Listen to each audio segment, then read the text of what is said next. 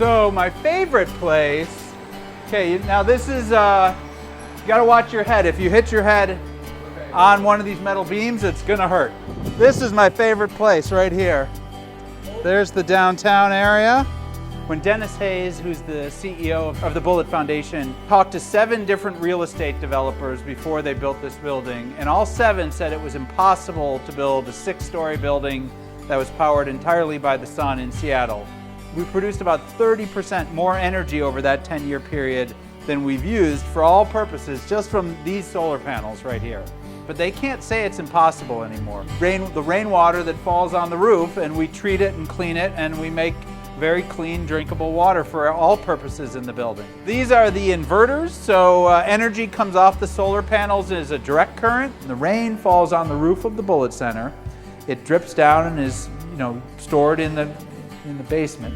But it is also the extra gray water comes up and it is put into this constructed wetland here, where the wetland filters the gray water, and then that water is put back into the ground to recharge the aquifers. We were trying to reconnect the hydrologic cycle. We'll go down into the basement and see.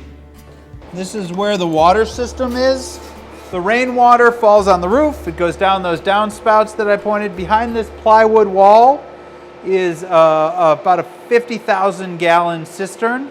That cistern is capturing rainwater, treated and then used for drinking water in the building for all purposes. But we're also using it to address stormwater. When it rains in Seattle, frequently we have problems with the water treatment plants where all the rain runs into the water treatment plants and it's too much water, and then they have to release the extra water out into Puget Sound. And we have a building engineer who comes down here as needed to make water. The water goes in there with a little bit of chlorine. So the chlorine is used to kill anything that might be living in it. We have also these are ceramic filters. Between the ceramic filters, the ultraviolet light, and the chlorine, we're treating the water.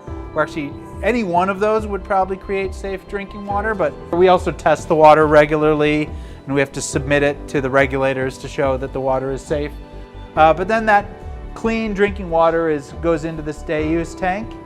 This is 500 gallons, and that's what's used for all purposes in the building. Now we're going to look at the heating and cooling system.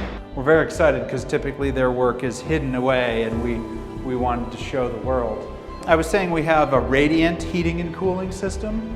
Water goes down that depth and comes up a little bit warmer than it is outside.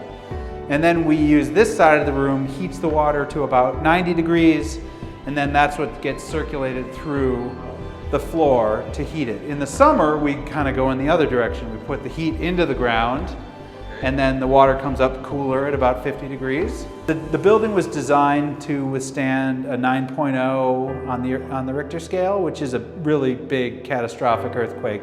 I do want to come to Mexico, well, Mexico City in particular. I've been to the beaches in Mexico many times, but I've not been to Mexico City.